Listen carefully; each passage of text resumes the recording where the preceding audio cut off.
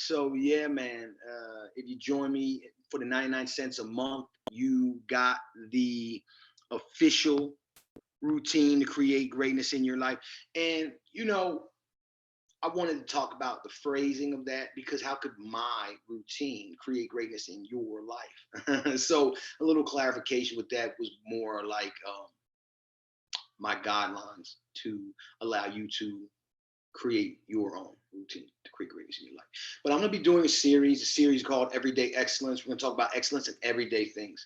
I have a firm philosophy that if you take excellence into your expectations for the smallest of everyday monotonous tasks, and you do those tasks, and I mean the smallest, most incremental things: going to the bathroom, brushing your teeth, washing your body.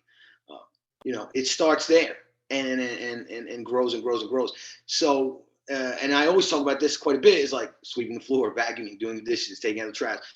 If you can put excellence into those things, if you could take the care and time and the appropriate amount of energy and focus into those small tasks and really make sure that you're doing them to your utmost capabilities, watch that work ethic bleed through into other endeavors. And people will take notice, first of all. So you'll, in that way, be getting more opportunities. Because, like, let's use an example like work. A lot of people work. When I worked, I was making $11 an hour, but I took time, care in what I was doing, whether it was sweeping the floor or putting something in a box, because that's what I did a lot of at that factory in the beginning. I took the time, I took the care, I dedicated the appropriate amount of energy, and I paid attention to detail. And when you pay attention, you find details in things you never would have found when you take that time, energy, and effort into those small, mundane things. You'll start noticing details about it that you never would have ever noticed before. Even when I'm like cleaning, I notice little spots and specks that I never would have even noticed that do exist in my household. And I'm able to find those and clean those. Now we're like the same thing in a work setting.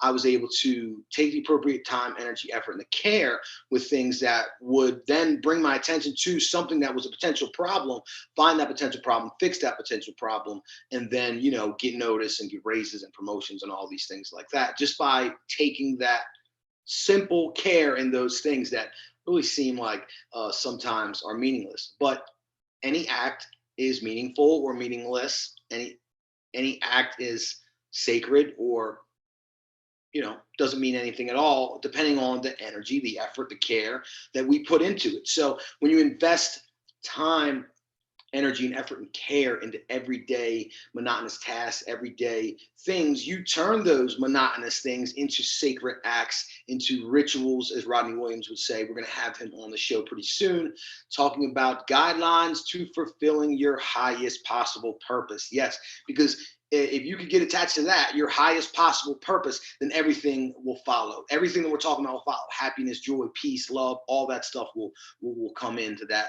highest possible purpose ball. But today we're talking about everyday excellence, man. Everyday excellence in everyday monotonous tasks. One of the practices that I will start to show up with that started letting it be open for my eyes to see the magic in the mundane, the magic in the very monotonous tasks that we do each day, was a practice that I read about in Inner Engineering by Sadhguru. And that practice, or sadhana, was called the precision of movement. And what it is paying the exact attention to every movement that you're doing while you're doing something, and try to do it beautifully. Try to do it like a dance, try to do it like a martial artist. And you don't have to look like what anyone else looks like. Look like what you look like.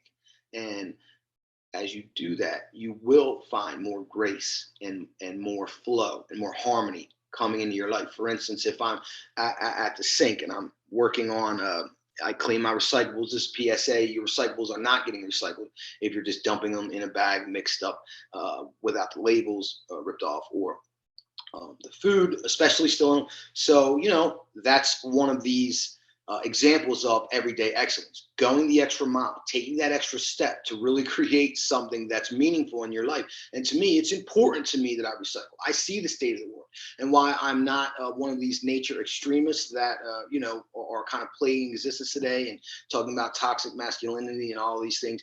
And we'll get into all that.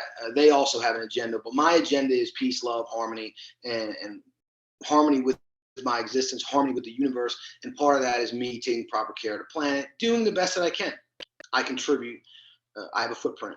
I have trash. I have things that don't make the recycling. I sometimes make decisions that are maybe not the best for the world, but I'm always trying my best. I'm always aiming at the highest. And so that way, even if I fall short, I'm still doing pretty good.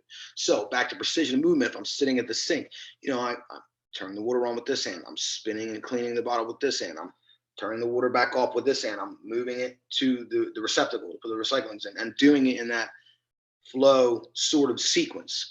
And paying attention to that is in itself a level up, because I guarantee whatever you're doing and you do it that way, you're going to do it very well. And it could become a game and it could become fun. And in that way, it turns things that may not be so fun into fun activities. You can turn into a competition with yourself, or however you need to do it, however you need to wrap your head around it to make these everyday activities more joyous, more happy, because we have to do them. So going about them miserably is not, conducive to an overall good mood throughout the day.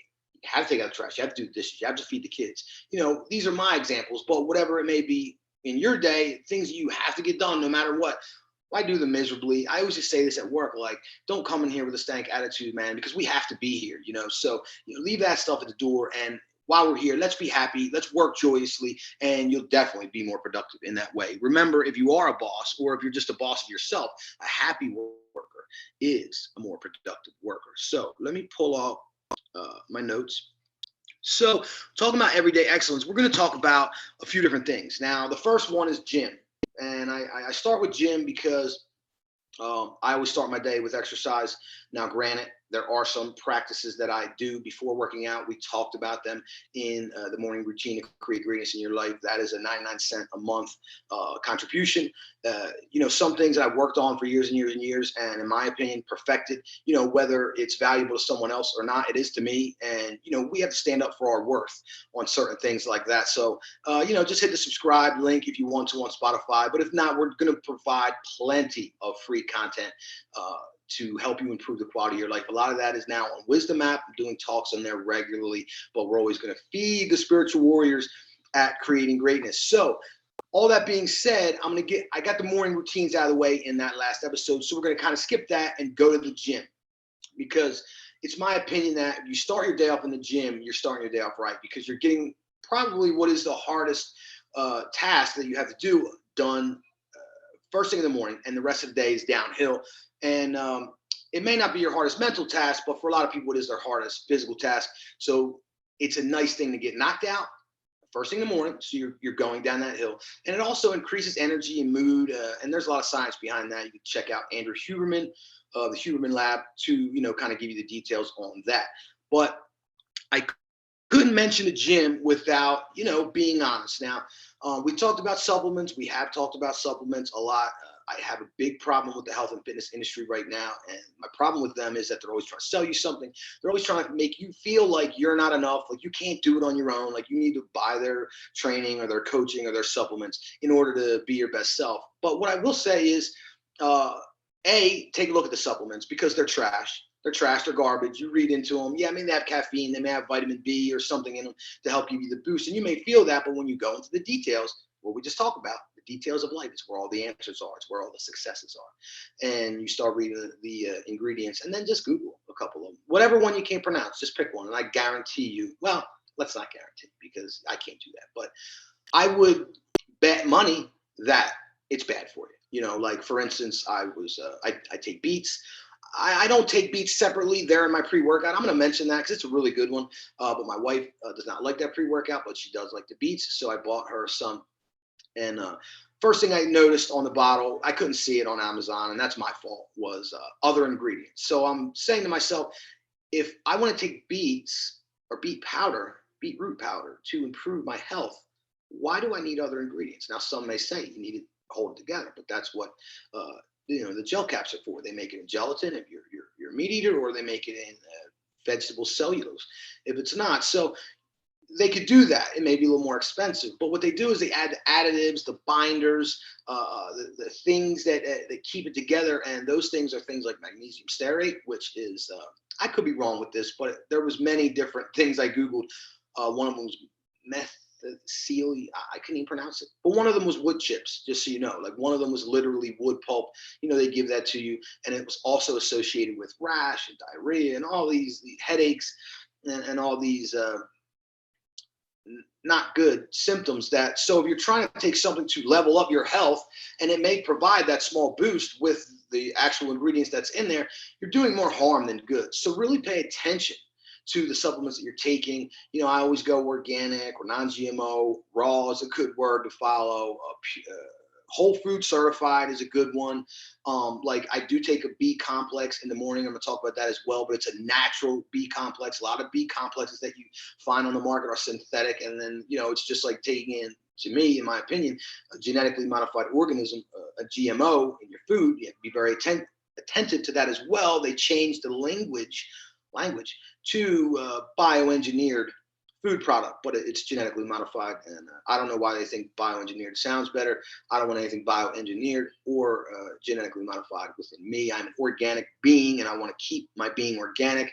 I don't go for the hybrid, half man, half machine on the cell phone. And I definitely don't go into whatever phase they're trying to work us into, because the pharmaceutical company owns many of the supplement companies, especially the big ones that you're probably not aware of that. I certainly wasn't until I did some digging. But let's move past all that. It's a whole nother show, and I don't want to get the conspiracy theories too riled up, and I don't want to get the people that think that I'm a conspiracy theorist too riled up as well. There's open playing field. This is for all. It's about the improvement of quality of life for anyone and anybody. It's not, we don't have to really dig into ideologies like that, but that is factual. A lot of supplements that you're taking, you may not know. Read the ingredients, man, and you find something a little better, a little pure, maybe organic, maybe a little more pricey.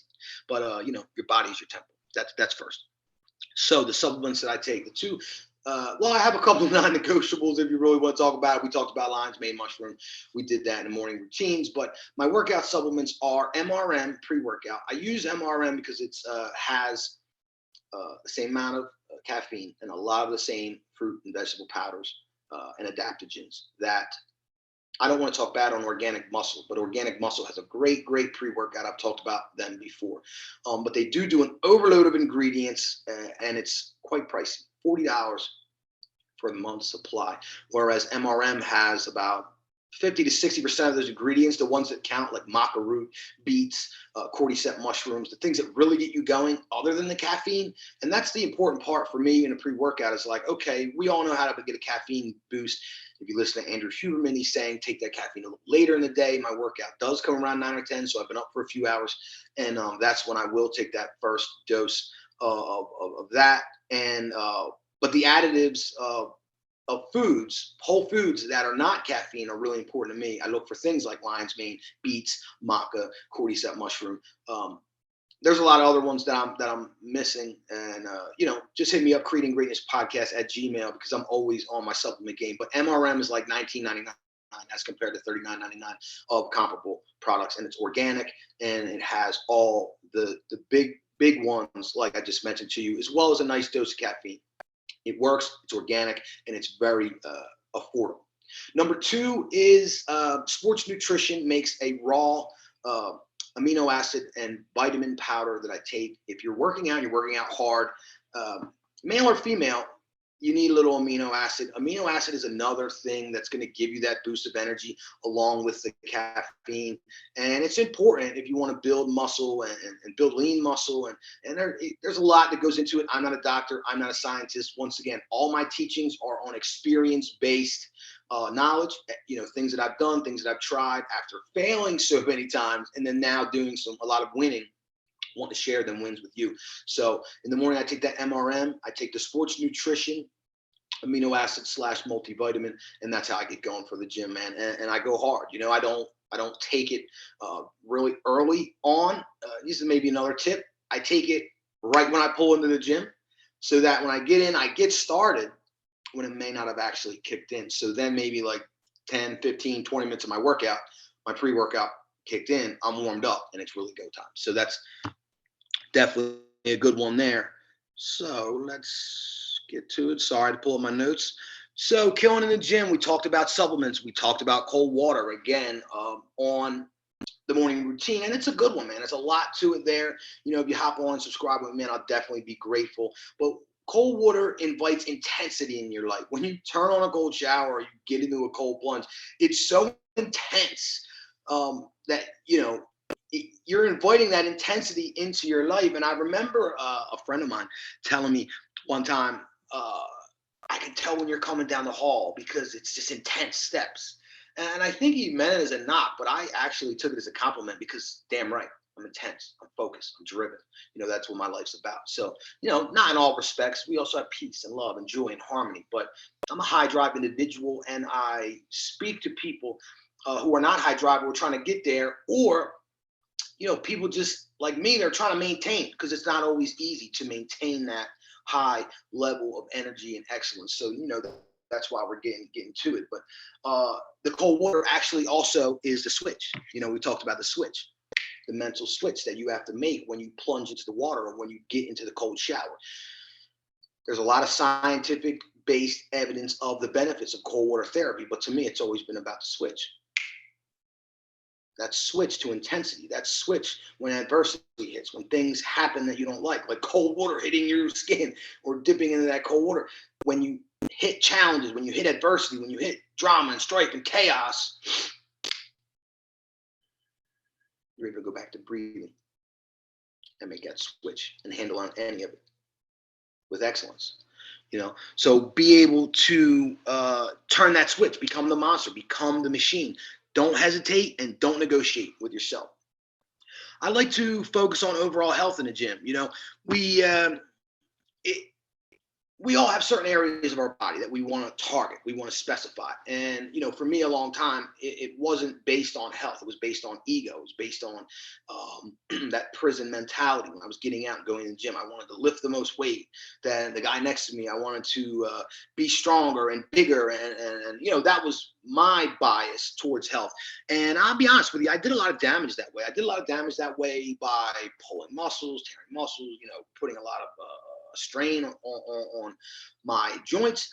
And I wasn't in overall health that way. And other things in my life were definitely slipping through the cracks because I was just focusing all my energy and intensity on that one thing. And while maybe accomplishing that one thing, and people that viewed me in that light may have thought I was successful, I was only successful in that one little specific area of physical fitness where I couldn't run for 30 seconds or a minute. You know, I couldn't, I wasn't very flexible. My stomach was still having problems that I don't deal with now because now I'm focusing on overall health. And what comes along with that is like diet and a lot of other things. But so what I mean by in this instance is in the gym. So it's like, let's see what I got. But I'll riff it as like one day I hit weights, one day I do bands, one day I do cardio, one day I just do yoga. So in that way, I'm working on, you know, flexibility, strength, uh, uh, excuse me, flexibility, strength, balance, focus, attention. I like to incorporate all these things in my workout. What I mean by how are you working on balance is because I do exercises on one leg. Or how are you working on focus? It's because when I'm doing the movement, like let's say if I'm doing pec flies with dumbbells, I'm doing it very slow and paying attention to what I'm doing and making sure that it's under the utmost control. I took the ego out of it, man. I don't lift heavy no more on occasion. And we'll talk about that as well, you know, because sometimes it is nice to hit full throttle on a workout and it actually has scientifical benefits as well. So yeah, work on attention, control, balance, flexibility, speed, and strength. Speed's a tough one because you know, we're not athletes anymore. Why are we working on speed? But for me, I just generally like to be ready for anything. You know, hey, we live very comfortable, cushy existences. Even people that do not have a lot of money, they still have food in their fridge, clothes in their bag, TV in their house, you know, heat. Most people have air conditioning. So, you know, that's cushy to some people. And because of that, we could get soft. We can get weak. We can get, you know, not motivated, not inspired, and not driven. And that's what creating greatness is all about. So, like me, I keep the warrior mentality. I keep the warrior mentality, and that mentality is just like thinking at any moment that something can happen. Something can happen. Now it's not a doom and gloom. It's definitely not that, because I focus on the light, but without the recognition of the dark, it's hard to live a well balanced life. So I like to keep on my toes, and my children help me with that, because like if I'm not paying attention to them, one of them is going to be doing something, hurting themselves or whatever. So that helps me keep me on my toes, especially when I'm in public.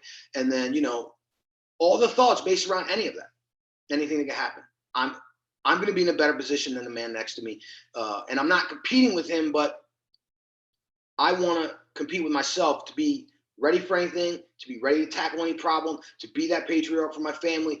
And I don't think everyone is doing that. But if we all put forth that little extra effort, how much better would this whole world be? So it isn't competition. It isn't like, okay, yeah, I'm saying I'm going to be more ready than the next guy, and I will be, but I want him to be ready too. And if he's more ready than me, then great, because then we can all do some things together. And if we're all adding skill and all adding value, then what's the difference on who's better? Because all of us coming together with these skills and these values and these morals and this light and this vitality and this energy and this intensity is what's really going to thrust things at the next level, man. So that's what I'm talking about there. Yeah, mix it up, shake it up. Never let your body get used to a particular thing, because that's where you get stagnant, and then stagnant, you get dead. You're dead. You're dead in the water. You're not making no progress. You're going to the gym out of going through the motions. You're not pushing yourself. You're not going hard. You're probably on the phone. You're scrolling Facebook. You're taking selfies. In fact, Planet Fitness has a no selfie rule, and I love it. Although I don't really love that gym, but that's what we have close to us here in Oro Valley. Tucson is the closest place to go, and I like to stay out here by the mountains. It's a very, very nice area if you have not been. So yeah, we're shaking up. When I shake it up, I do the cardio, I do the bands, I do holds. K Bogues YouTube, KBOGES. One thing I added into my practice is isometric holds. It's something that K Bogues talks a lot about on YouTube.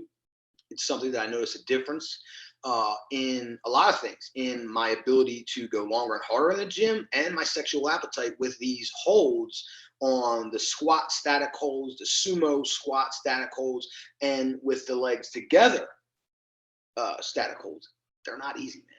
They're not easy, and they look a little bit weird when you're in the gym doing that shit, man. But hey, it ain't about them. It's about you. And these things are things that I've implemented that have made a difference in my life. And then also, I like to do it with pull-ups and push-ups as well. And we'll move into negatives with the push-ups, because one thing I do with push-ups that I think really beneficial, I just actually started doing it more and more and more, because I had a couple of days where the internet went out, and what are we going to do? The internet went out. There's no music. I have to work out. If you let Dave Goggins tell it, we shouldn't even be listening to music while working out. Dave, you are the man, but I disagree with you there. I love music when I'm working out.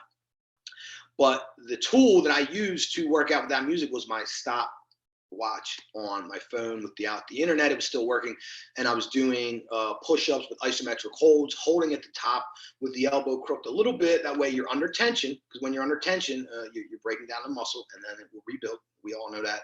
And then I will do like 10 seconds at the top, 5 seconds at the bottom, and then an explosion up to the top again. And just do it as many times as I can, which wasn't many, like 5 or 6 times I could do that, and then take a break and then go back again. But it helped me take my mind out of the music and start fighting the clock. A lot of times when I'm working out in the gym, I'm not fighting the music because I'm enjoying it, but I'm fighting with the music. I listen to hard, aggressive, music, a lot of gangster rap from the 90s. That's when I grew up, and it gets me hyped, and it even gives me a little bit of an attitude, but it gives me that swagger in the gym to really focus, go in and drill it hard. But without the music, the stopwatch was a good tool, and it showed me a new way to do things, like an activity I do almost every day is push-ups, in a new way. But I experienced increases in size and strength with isometric holds. In that way I just talked about in push-ups, and in that way with pull-ups, man.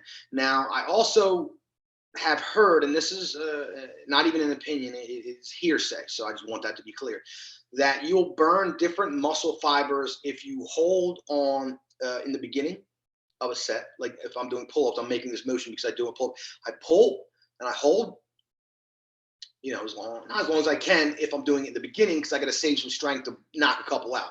But then if I do it at the end, I'll do it till failure. And I heard a hearsay once again that it will, if you do it in that way with the hold at different times, it will rip different fibers and build the muscle in a more complete manner. And one thing that I heard from James Grange is, and I believe this, he's very knowledgeable, especially about resistance bands. If you have any knowledge that you want to gain about resistance bands, he is the man. James Grage, Grage, on YouTube. Him and his old lady got great workout videos, and I still watch those videos to this day. But he was doing curls with the resistance bands, and he was doing them slow and focusing on the negatives. That's something we're getting ready to talk about too, focusing on the negative.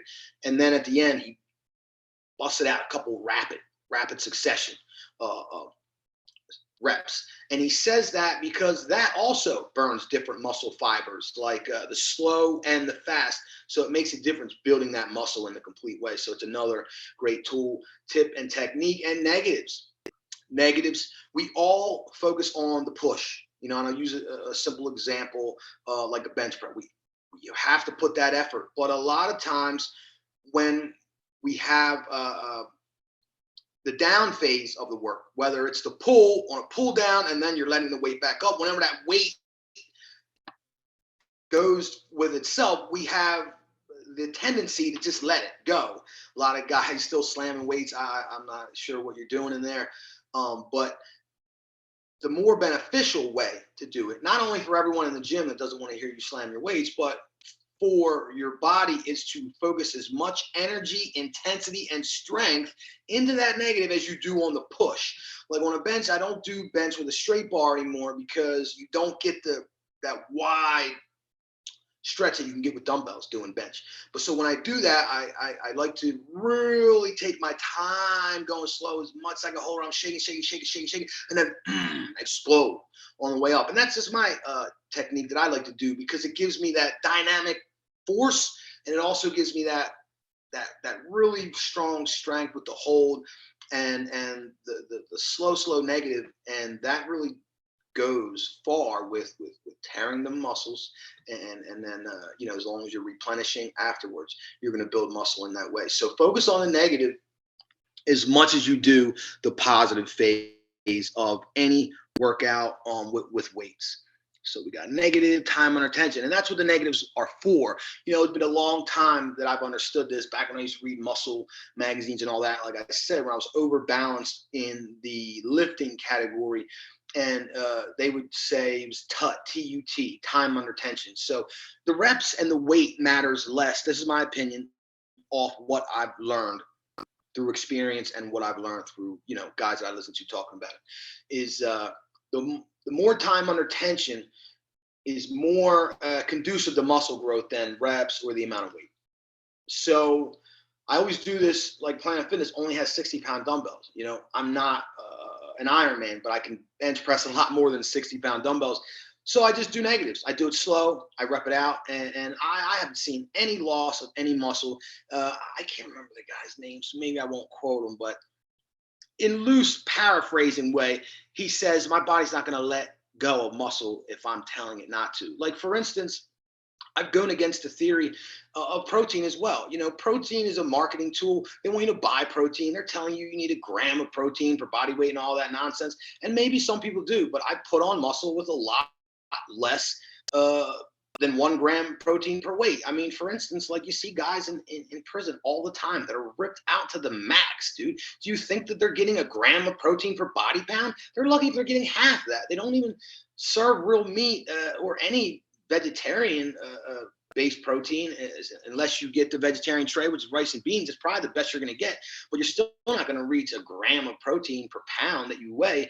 Those guys are the most ripped guys that I've seen. So that is my opinion, but that is the knowledge that I have to back up that theory. Is like, I'm not saying starve yourself or don't do protein, but some days on workouts, I work out and I starve myself on protein for like an hour. I don't go right to it after a half hour. That's me. That's the way I do things. So we all have to have that adaptability to do things however the hell we want. It's our life, man. Let's do it. And let's win while we're doing it. You know what I mean? So yeah, we did the time and attention. We did the holds. We talked about the negatives. All killer advice, man. It's things people are not doing. So you want to reach that next level in your workout. You want to reach that next level in life, man. Hit some of this stuff. Look a little weird in the gym. Take the ego out of it. Do the lighter weight. Do the absolute control of it. Hit the negatives and watch your gains. Improve on the guy next to you that's lifting the heavy weight and slamming because he can barely control it. So legs. Legs is the key, man. And I know there's still people out there skipping leg day, and leg day sucks. That's why I don't do leg day. I do legs every day. Every day when I do arms or chest or back or shoulders, I do legs in the working rest part of the workout. We're going to talk about that too, because you're working out. Why are we resting? So I might get some flack for this, but I don't rest when I work out. I have 30 to 45 minutes to get it done. I'm going to go get it done. I have a list of things within my mind that I want to get done. Of course, it's adaptable to whatever's available in the gym, but I'm going to go and I'm going to go hard. So if I'm doing bench with the dumbbells and I do my 15 reps or whatever, then my working rest is getting out of the bench and going and doing those squats. 3 of the ones that I talked about that I really love are the legs together, squats, the legs apart, far apart, like sumo squats, and your regular shoulder width squats, all with holds, man. Holds at the end, holds in the middle, holds at the beginning, and watch the rest of your game increase because you're letting go. All the good stuff is in your leg, the testosterone and the chemicals that build muscle and get you going and get your sexual energy and vitality going. Like anytime, I'm going to be honest here, I'm going to keep it real. We're going to do everyday excellence about the bedroom because I've learned some stuff. It's coming from a person that I'll admit right here, all ladies listening, I was not a good lover. And I wasn't a good lover. I was not a good lover because I wasn't good at it or I didn't have skill. I didn't care. I was selfish. And I've learned a lot of things over time of being married and being monogamous on how to improve in that respect. And I'm not going to talk about it now. So we're going to keep it going with the everyday excellence in the gym. That is the everyday excellence for sexual health. We'll do that series later. But that is one of the things that I will include about that is legs. Whenever I was trying to increase my sexual drive, I'm not going to Viagra and all that crap. What are you talking about? It's a killer, man. You be on that stuff for the rest of your life. You start taking that, man. You never be able to get aroused without it. I never do nothing like that to myself, man. I worked out on my legs. I did my legs, man. Get them juices flowing. Get it going. It's gonna pay dividends, my boy. Tell you that. Tell your man that too. Hey, so work on the legs. Where we at? Legs. Knees over toes, man. I'm another one. I didn't learn this from Andrew Huberman or K Bogues, Kboges on YouTube, but they gave me that validation. Something I've been doing for a long time, and I would hear people say the risk is not worth the benefits. Knees over toes, you don't have to do that. You just go to a sitting position and that's all you have to do. And that may be the case for very many people. Once again, I'm not a doctor, I'm not a scientist, but I'm a personal trainer. And I see the value in doing knees over toes. I'm a person with weak knees, once weak knees. My knees are no longer weak. I have weak knees, I have problems with my knees. I have an autoimmune disease called gout. It's just like a form of arthritis. It just strikes out of the blue. Like I'm fully capable of all physical activity until it hits, and then I'm like bedridden. It happened to me when we were in Costa Rica. I think it was something to do with the flight and the pressure and the change of everything just got me off track, and then got that gout going bad, and I was limping around that whole week we were in Costa Rica. But where'd I leave off? Oh, bad knees because of the gout. I had bad knees, so I was scared to go knees over toes. So I did it without weight. I don't really suggest you doing it with weight. Let's be clear here. We're talking about calisthenics. And so I started doing the knees over toes with my legs together, or the knees over toes and the shoulder width, and then the knees over toes in the sumo squat. And I noticed some strengthening of the knee and then also the calf. Like even now when I do calf raises, I don't do them standing. I do them in a squat. And we'll be putting together more videos as time goes by. King of Comebacks with 2Ks at the end on all social media platforms, or hit me up on creatinggreatness@gmail for anything you want to talk about or anything you want to see, and then I can facilitate those things, as time goes by. So I do a little leg over toes. I do legs every day. I don't do a rest in between my upper body workouts. I just do legs. So we don't do leg day. I do legs every single day, and I don't suggest that for everyone. Once again, it's for you, man. But I'm saying what's been beneficial to me. My knees are strong, my legs are strong, and my sexual health has been, very, very consistent. So legs. No breaks, work and rest. We talked about mixing it up, shaking it up. Don't let the body get used to any one thing. Go all in, man. Leave it all on the field. There's one more point. Yeah, part. Yeah, right. So go all in, man. Leave it all on the field. When you go work out, go until exhaustion. You'll recoup just as long as you have a little bit of time afterwards to kind of like get your refuel, get some food, get some electrolytes and hydration, and maybe a little bit of restful activity afterwards. Then that could be supremely beneficial. But another thing about going all in, and I was talking to Courtney about this a long time ago on absolute involvement, and I was talking to Ronnie Williams this morning on the Wisdom app about absolute involvement. So something about when you make that switch that we're talking about to intensity, and you have that drive to go all in on something, and you could do it with weights or cardio or anything, you have the tendency to lose yourself completely in that activity. And I like to relate it to sports because I think sports is the number one thing for me. First of all, competition within your brain will increase your drive and will increase your testosterone, which will then compute into drive. So being in competition is beneficial for human. And wanting to excel or maybe even show up a little bit in a sport or something, it could be healthy. And my point is this: when we're playing football outside, me and the boys, and the catch, and my son throws me a long one, and I have to run to catch it. And in that moment, when I'm focusing on nothing else but the ball's coming over my head, and I'm looking at it. I'm looking at my hand placement, checking the trajectory of the ball to make sure that it falls in my hand. It may be a slow thing, a football from a 6-year-old or whatever, but it's that intense focus and that me wanting to catch that ball so much in front of my child and to show him, excellence, everyday excellence, like we're talking about. And that complete attention just goes to that one thing. There's no more drama. There's no more chaos. There's no more, what am I going to do later? What did I do yesterday? What's going on in the world? None of that. It all disappears in one beautiful, wonderful moment of peace and presence, and boom, voila, the ball is now in my hands. And that moment that you lose yourself in any activity, preferably during competition, you're shooting a basketball in the guy's face, you're catching a ball in the face, you're snatching interception out of the guy, in the air, and that losing of yourself within them couple of seconds when you're involved vigorously in that activity, it forces you into the present moment. And what's the significance of that? The significance is that it will teach you to live in the present moment more often if you pay attention to it, man. So that is my reason for going all in, leaving it all on the floor in the gym, and then also incorporating some activity into my routine that where I'm more likely to get fully lost in it, absorbed in it, and all other thought dissipates. And that, once again, will teach you to live in that present moment and allow you to facilitate it more often. So going all in once a week, go your hardest as well. We're still in the go hard thing. And this is really going back to Andrew Huberman. I know I credit him a lot, but I want to give credit where credit's due. I really enjoy the tips and tools and techniques that he shares from a neuroscience perspective. And he was saying that, and you have to check out the podcast, exactly what he was saying. I think it was 90 seconds a week at least where you're going. I could be wrong. I don't think it's a day, though. That seems a little excessive, but I do it about twice a week where I'm on the treadmill.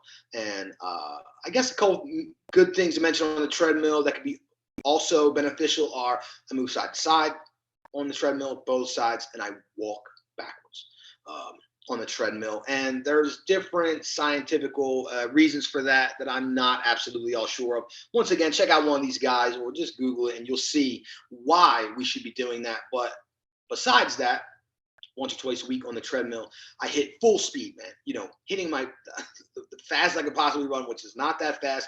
That doesn't matter. It means is that you're full out. Your heart pumping. You want to quit, but you don't quit. That's the key. That's the switch that we're talking about. That's the cold water switch. That's the you running on the treadmill, and you're like, I said 90 seconds, and it's like 15 seconds in, and I'm like, dying. Make the switch. Focus on your breathing, and make those 90 seconds. And there's other once again, physiological benefits that he can describe a lot better than me. But for me, it just gives me an overall sense of well-being, and it gives me like a gauge checker to see where I'm at. Once again, losing yourself in activity because you have nothing else to think about because you're literally ready to die. But man, pushing through on days like that, pushing through activities like that, they really send powerful signals to the brain.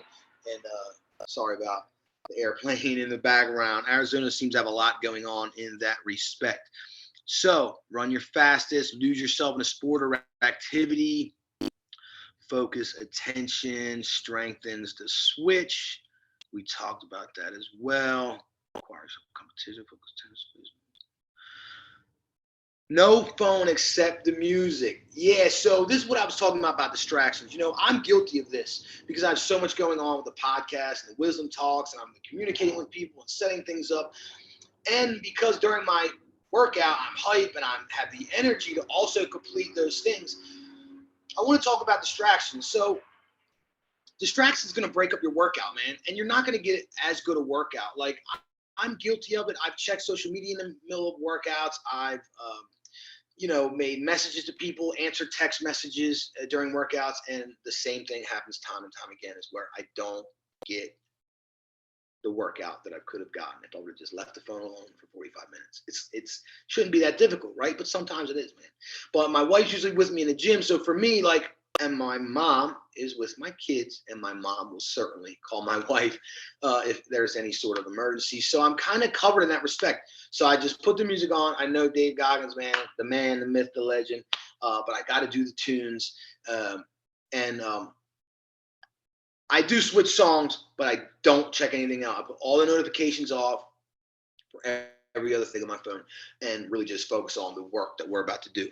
Because once again, that work in the everyday excellent, that work that we're putting in the small thing, the gym is no small thing, but it's once again adding up. So now we're adding it up. We're taking care of ourselves properly. We're taking care of our home properly. Now we're taking care of our business in the gym properly, and watch those things stack up, add up to win after win after win, and continue to pay dividends later on in the day, week, month, and years on, where you continue to look back. And even though you may not be thinking that you're where you need to be, if you look back, I guarantee you made hella progress, man. And that's what we're talking about. Progress, purpose equals happiness. So, vibrating no notifications. Oh, this is a big one. The workout's for you, man. I'm getting to the end, and I'm glad I got through it because we had some distractions, and I apologize to y'all out there. Spiritual warriors listening to Creating Greatness, about all these little nuggets and jewels of wisdom.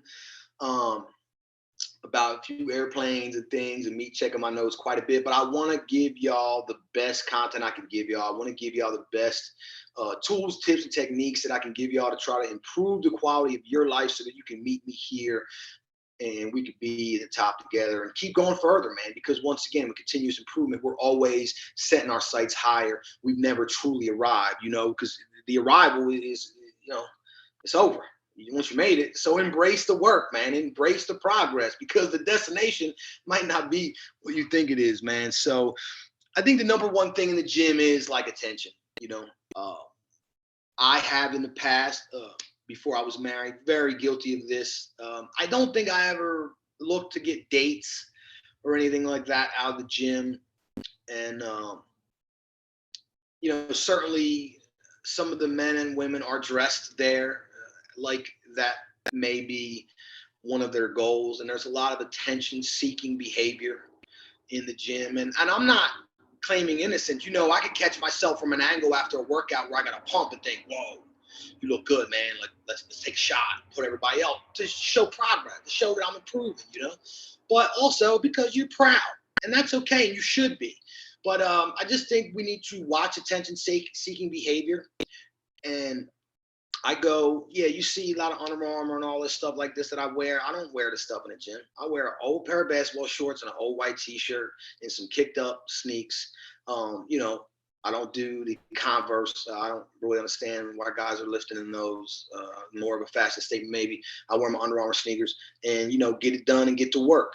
So watch the attention-seeking behavior. I'm not saying don't wear a brand new outfit at the gym, man. Do you? Whatever makes you feel comfortable to go in there and get the work done. You know what I'm saying? And it's just something that needs to be addressed, something that needs to be talked about, because you will have the desire. Some people, I do still, to take a selfie or talk to somebody in the gym, or to check your phone, or sit on a machine looking at your phone, and killing somebody else's workout if the gym's packed. So just being mindful, replacing our weights, wiping down the machines, not not using attention-seeking behavior, and not seeking anyone, because we're all there to work out, man, and not judging anyone. Their workout is for them, and your workout is for you. So let's take the ego out of it, man. Let's go in there and get to work and do the things that we need to do to be our best selves, and take our attention away from everything else that's really happening, because this is the time, like we said, to make that switch, turn on the monster, turn on the machine,